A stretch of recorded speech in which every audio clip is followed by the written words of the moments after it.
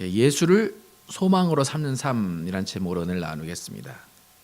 지난주에 우리는 예수님께 모든 염려를 맡기고 무엇을 입을까, 무엇을 마실까, 무엇을 먹을까 염려하지 않는 삶이 크리스천의 삶이라고 우리는 나누었습니다. 지난주에 설교를 하고 나서 조금 이렇게 좀 아쉽다는 생각이 좀 들었습니다. 염려에 대해서 얘기를 했는데 지금 당장 염려할 상황이고 당장 돈이 없는 상황인데 그냥 믿음으로 염려를 맡기십시오. 아무 생각하지 마십시오. 현실 보지 말고 하나님을 바라보십시오 라고 하면 어떤 사람들에게는 그것이 너무 가혹한 일이 아닐까. 혹시 믿음으로 이겨내지 못하는 사람들에게 왜 이렇게 믿음이 없습니까? 라고 하는 말이 아닐까. 그리고 현실적으로 그런 상황이 더 압박이 되고 정죄감을 주는 상황이 아닐까라는 생각이 들었습니다. 염려를 맡기십시오. 그것은 당신이 염려를 맡기면 하나님이 알아서 다 해결해 주실 겁니다. 그냥 그 일을 해결해 주시는 걸 볼 겁니다. 라고 정의하기보다는 하나님 앞에 그것을 내어놓으십시오 라는 거예요. 그러니까 오늘 제가 여러분께 말씀드릴 것은 뭐냐면 이렇게 하면 염려가 없어집니다. 이렇게 하면 고난이 없어집니다. 그것보다 하나님 앞에 이것을 내려놓으시면 하나님이 이것을 책임져 주십니다 라는 것을 여러분께 알려드리려고 하는 거예요. 그러니까 중요한 것은 뭐냐면 염려가 될 수밖에 없는 상황 가운데 마음이 평안할 수 있고 그 상황을 받아들일 수 있는 힘이 있어야 된다는 거예요. 그 상황을 박차고 일어나야 되는데 그 힘이 우리에겐 없다는 것이 문제예요. 그래서 우리가 주어진 삶의 환경에 최선을 다하려고 하고 뭐라고 해보려고 해야 되는데 그러려면 힘이 있어야 돼요. 근데 그 힘은 우리 스스로가 만들어낼 수 없다는 거예요. 그렇기 때문에 염려를 맡기고 그 맡긴 것에 대해서 기도해야 된다는 거예요. 우리가 새롭게 일어나는 힘, 그것은 하나님을 신뢰한 것에서 나와요. 하나님은 우리가 하나님을 신뢰할 때 우리에게 일하신다는 거예요. 그러니까 제가 여러분에게 고난을 헤쳐가십시오, 이렇게 하십시오, 이렇게 하십시오, 그것이 아니라 오히려 하나님이 어떤 분인가를 소개해 드리려는 거예요. 하나님이 신뢰한 분이고 신뢰할 만한 분이고 하나님이 기도를 들으시는 분이다라는 것을 성경이 증거하고 있다는 거예요. 수많은 인생의 선배, 그 신앙의 선배들이 그것을 믿고 기도하고 하나님의 일하심을 경험했다는 거예요. 그래서 그들은 하나님께 염려를 맡겨 놓았다라는 그것을 기도한다라는 것으로 증명했다는 거예요. 그래서 제가 여러분에게 하나님을 소개하면 여러분은 그것을 받아들이시는 분도 있고 그냥 저런 분은 아니야 라고 하시는 분도 있을 거예요. 하지만 그 선택에 따라서 많은 경험을 다르게 하게 된다는 거예요. 여러분 스스로 염려를 충분히 해결할 수 있는 능력들이 우리에게 때로는 있습니다. 하나님 없이도 충분히 살아갈 수 있다고 생각할 때도 많습니다. 또 수많은 책들이 그냥 마음 비우고 염려하지 말고 욕심내지 않고 그냥 마음의 평화를 가지면서 사십시오라고 세상의 책들이 많이 이야기합니다. 또 때로는 기독교인들보다 더 많은 세상의 종교를 가진 사람들이 마음의 평화를 가지고 살아가는 사람들이 많습니다. 이렇게 염려를 혼자 스스로 컨트롤할 수도 있고 때로는 마음의 평화를 가지고 사는 사람들도 있는데 굳이 하나님을 제가 소개하는 이유가 하나님을 찾아야 하는 이유가 어디에 있을까? 하나님께 염려를 맡겨야 됩니다. 하나님께 기도해야 됩니다. 라고 강조해야 되는 이유가 어디에 있을까? 세상이 자신의 염려를 통제할 수 있는 것 같아 보이고 자신의 삶을 이끌어 갈 수 있을 것 같아 보이지만 우리는 현재는 그래도 어느 정도 알 수 있는데 미래는 모릅니다.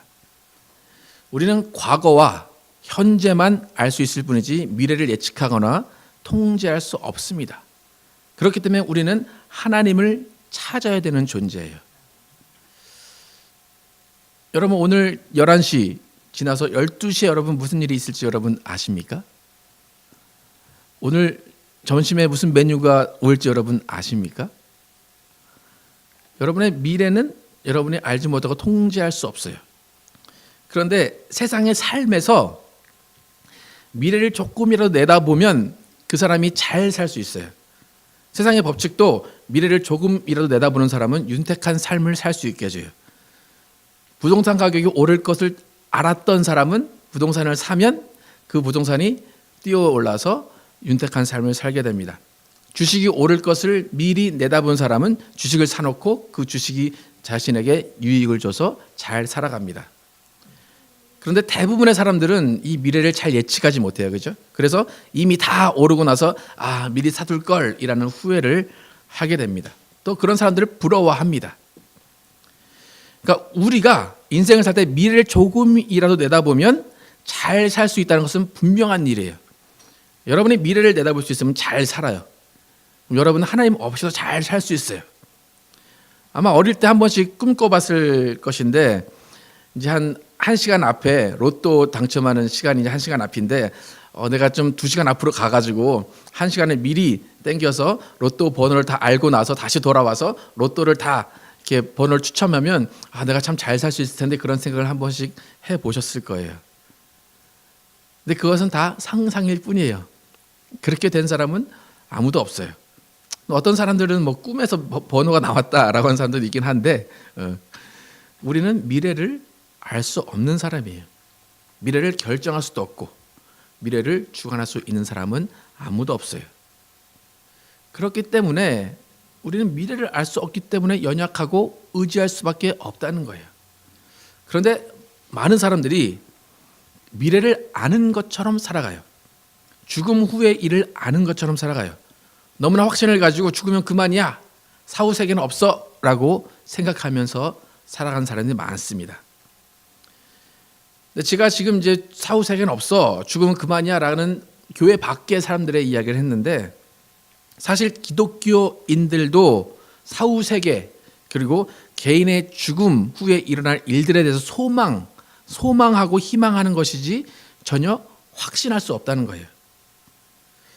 여러분, 저는 이제 직업이 목사이기 때문에 여러분 예수 믿으면 천국 갑니다, 천국은 반드시 있습니다, 죽으면 우린 다시 부활합니다 라고 이야기를 해요. 그리고 저도 믿고 있고 저도 소망해요. 하지만 저도 저의 죽음의 후의 일을 장담할 수 없다는 거예요. 그러니까 누군가가 저에게 정말 정답을 얘기해 주십시오. 제가 죽어서 어떻게 됩니까? 제가 죽어서 천국에 갑니까? 어떻게 됩니까? 정답을 얘기해 주십시오 라고 하면 저는 어떻게 얘기해야 될까요? 죽어봐야 합니다. 왜요? 저는 미래를 알 수 없기 때문에. 제 미래도 알지 못하는데 어떻게 여러분의 미래를 제가 알려드립니까? 그러니까 기독교인들은 그나마 소망과 희망을 예수님 안에 두고 살기 때문에 죽음의 끝이 아니다, 천국에 갈 것이다 라고 믿고 있긴 하지만 그것은 여러분에게 달린 것이 아니라는 거예요. 전적으로 하나님에게 달려 있다는 거예요. 만약에 여러분이 나는 믿음 있다 라고 하면서 절대로 나는 천국 가, 절대로 나는 부활해 라는 것을 믿음이 아닌 어떤 확신으로 가지고 있다면 그 신앙은 아나무인의 신앙이 돼버려요. 겸손하지 않다는 거예요. 그러니까 이미와 아직의 신앙이 아니라 그냥 이미라는 그 신앙으로 치우쳐버리면 그것은 아나무인의 신앙이 돼버린다는 거예요. 그러니까 예수를 믿든지 안 믿든지 간에 미래를 확신할 수 있다, 난 미래를 안다라는 것 자체가 교만함이에요.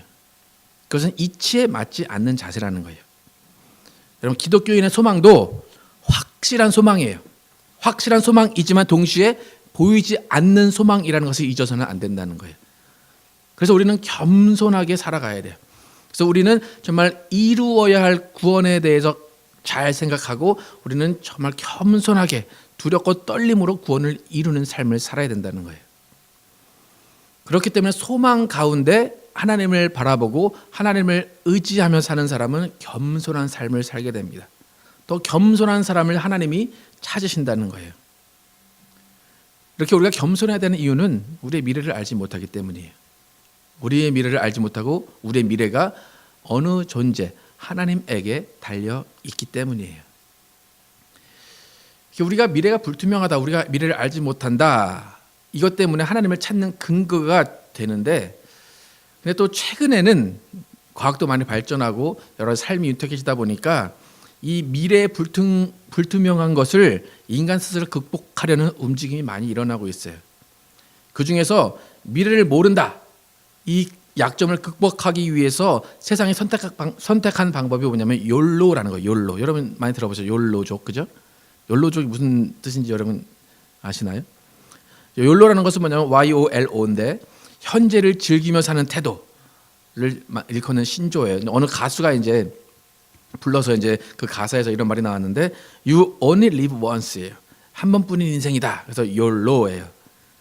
그러니까 제가 대학 다닐 때 20년 전에는 뭐 까르페디엠이라고 그래가지고 오늘을 즐기자라는 것들이 많이 이렇게 회자가 됐었는데 한 번뿐인 인생이기 때문에 미래 염려 따위 집어치워라 그거예요.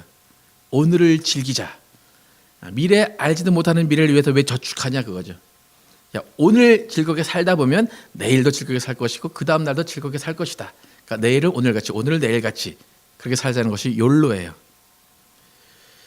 그러니까 이런 마인드, 이런 생활 방식이 오늘의 삶에 최선을 다하자, 오늘 정말 열심히 살자라는 것이면 저도 그거 찬성하고 그거 참 좋은 말이라고 생각을 하는데, 이 욜로라는 것이 오늘 최선을 다하자라는 의미보다는 미래가 없다 그거예요.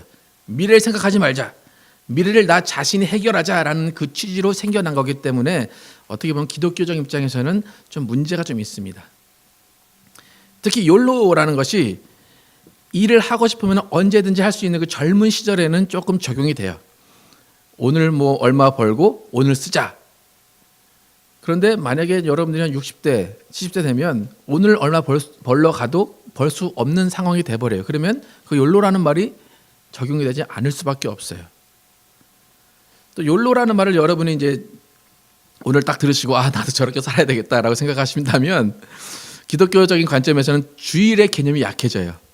예. 일하는 것은 주중에 일하고 언제 놀아야 돼요?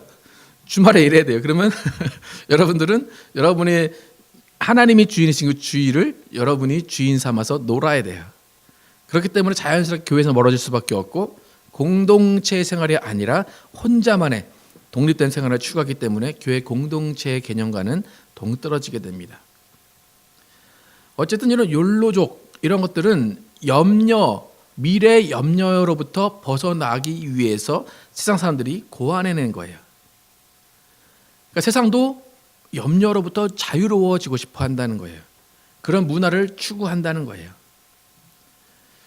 근데 제가 설교를 준비하면서 세상 사람들에게 예수님께 미래를 맡기십시오, 예수님께 염려를 맡기십시오라는 것이 무엇인지를 알려주면 그들이 참 그것을 듣고 깨달으면 좋을 텐데, 사실상 교회에 있는 사람들도 예수님께 미래 염려를 맡기지 못하는 분들이 더 많기 때문에 그것이 세상에 전해지지 않고 있다는 거예요.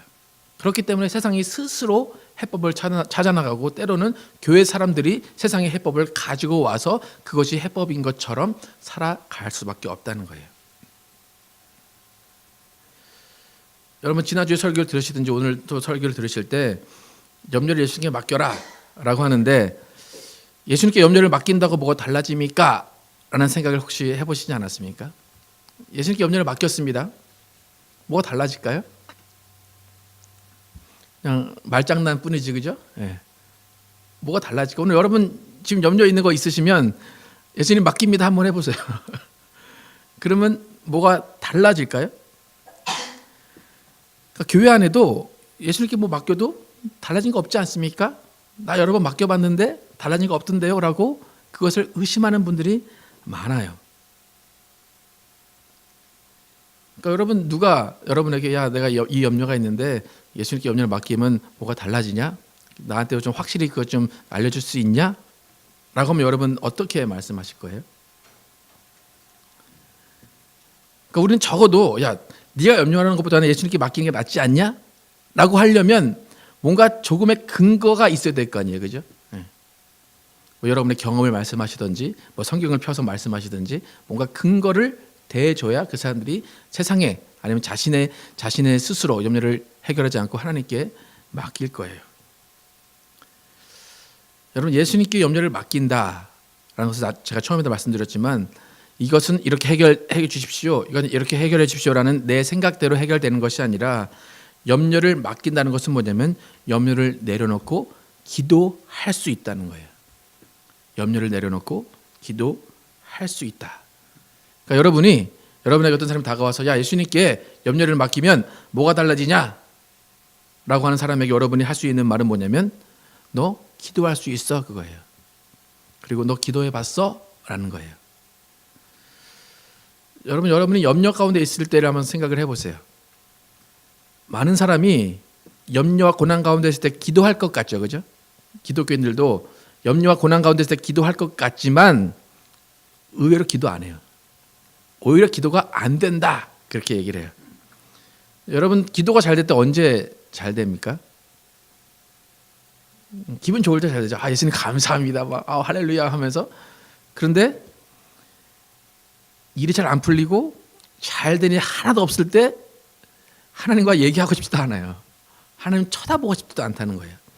그런 상황에서 한숨만 나오지 기도가 나오는 사람이 많지 않다는 거예요. 참 이게 신기한 거예요.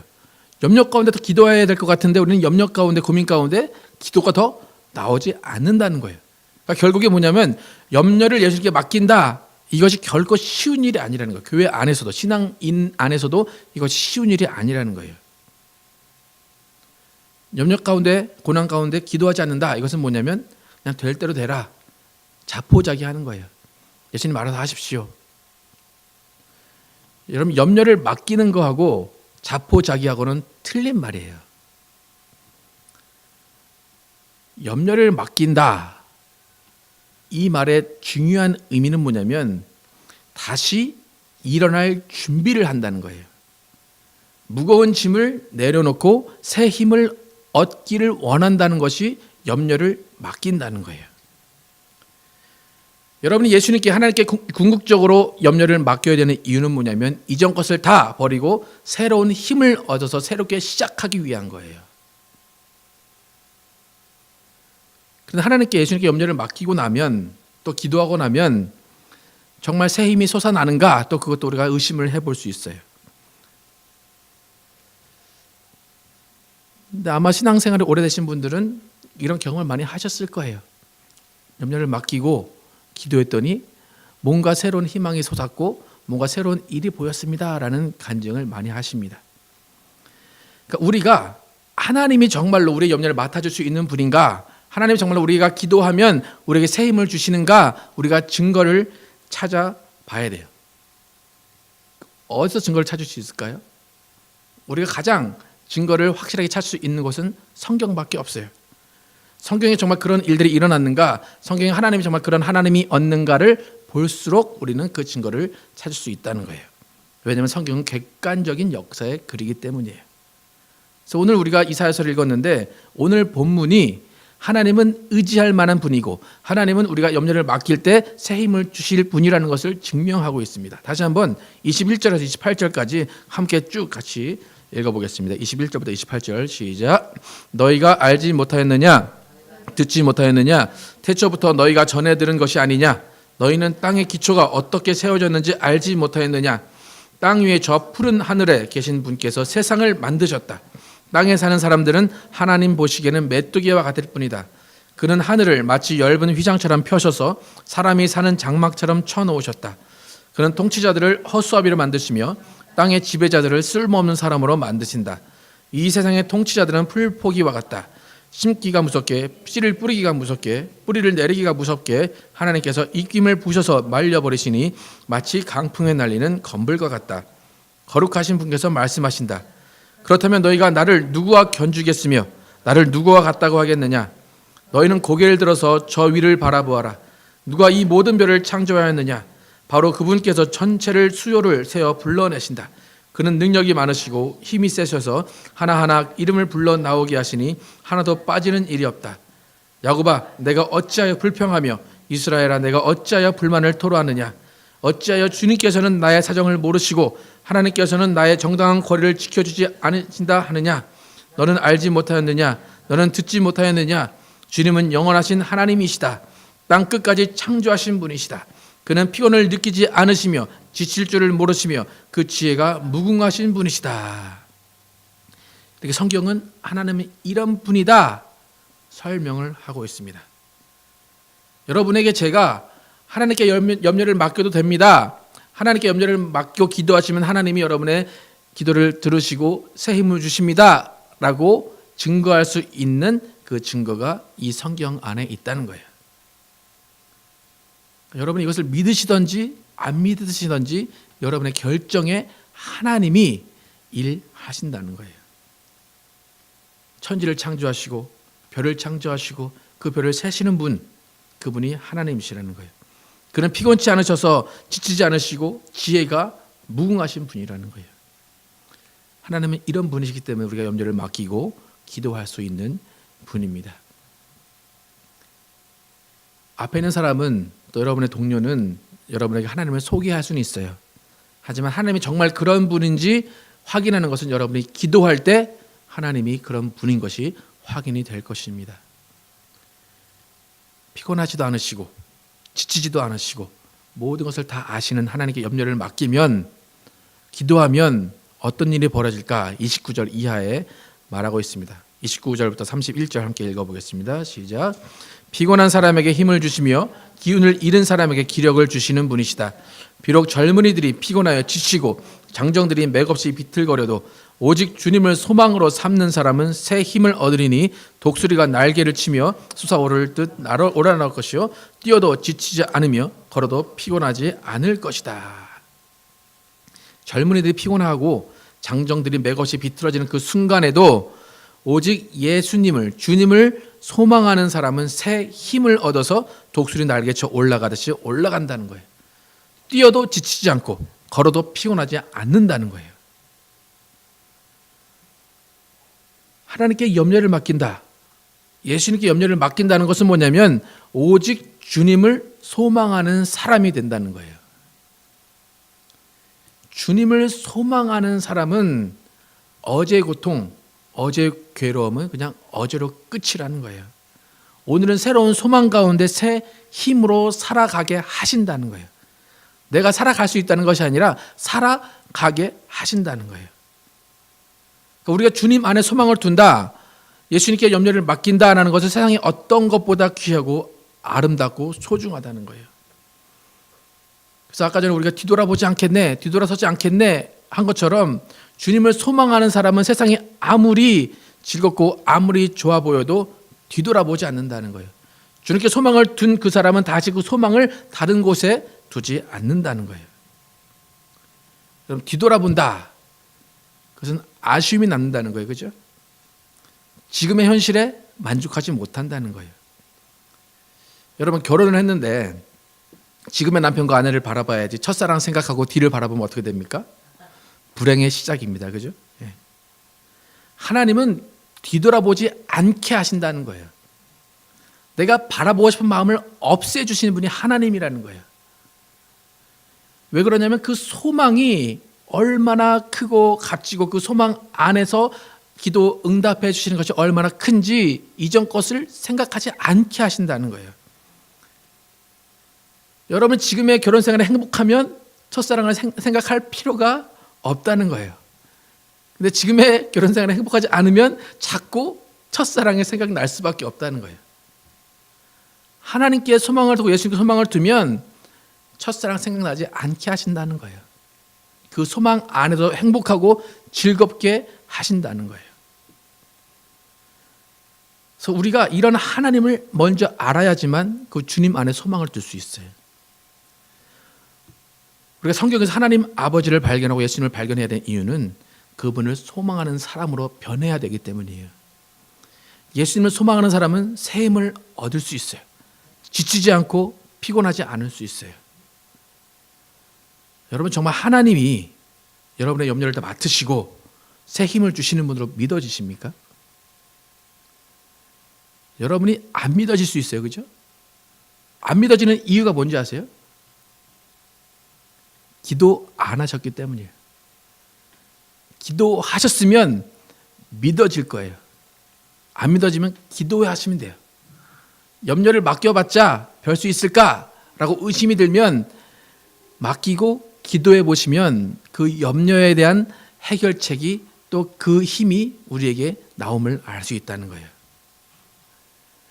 그렇게 막 염려를 맡기고 기도했는데 아무것도 바뀌지 않고 새 힘도 일어나지 않고 전혀 아무런 상황이 변함이 없어요라고 그렇게 생각이 드시면 저한테 말씀을 해주시면 하나님께 한번 여쭤볼게요.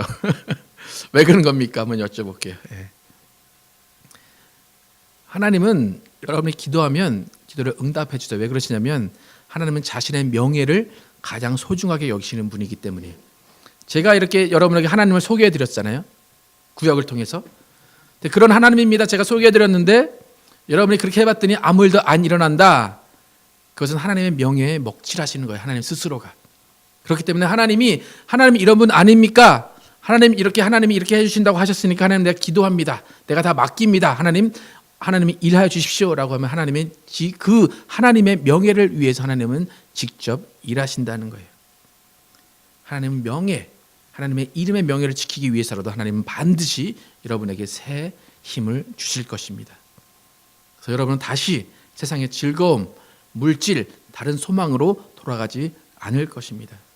다시는 하나님을 떠날, 하나님 외에 다른 것을 생각할 소망을 생각하지 않을 것입니다. 여러분 하나님을 바라보시기 바랍니다. 하나님이 어떤 분인가 먼저 아시고 믿어지지 않으면 기도해 보시고 하나님이 어떻게 일하시는지를 소망하시기 바랍니다. 그래서 하나님이 어떤 분인가를 여러분 실상을 아셔서 그 수많은 역사 가운데 하나님으로부터 새 힘을 얻었던 그 사람들의 증거가 바로 여러분의 증거가 되기를 바랍니다. 그래서 우리의 신앙은 또 우리의 삶은 하나님과 함께하는 즐거움이 넘치고 하나님과 함께하는 삶을 통해서 지치거나 피곤하지 않고 새 힘을 얻어서 독수리와 같이 날개치는 여러분과 제가 되기를 예수 이름으로 축원합니다.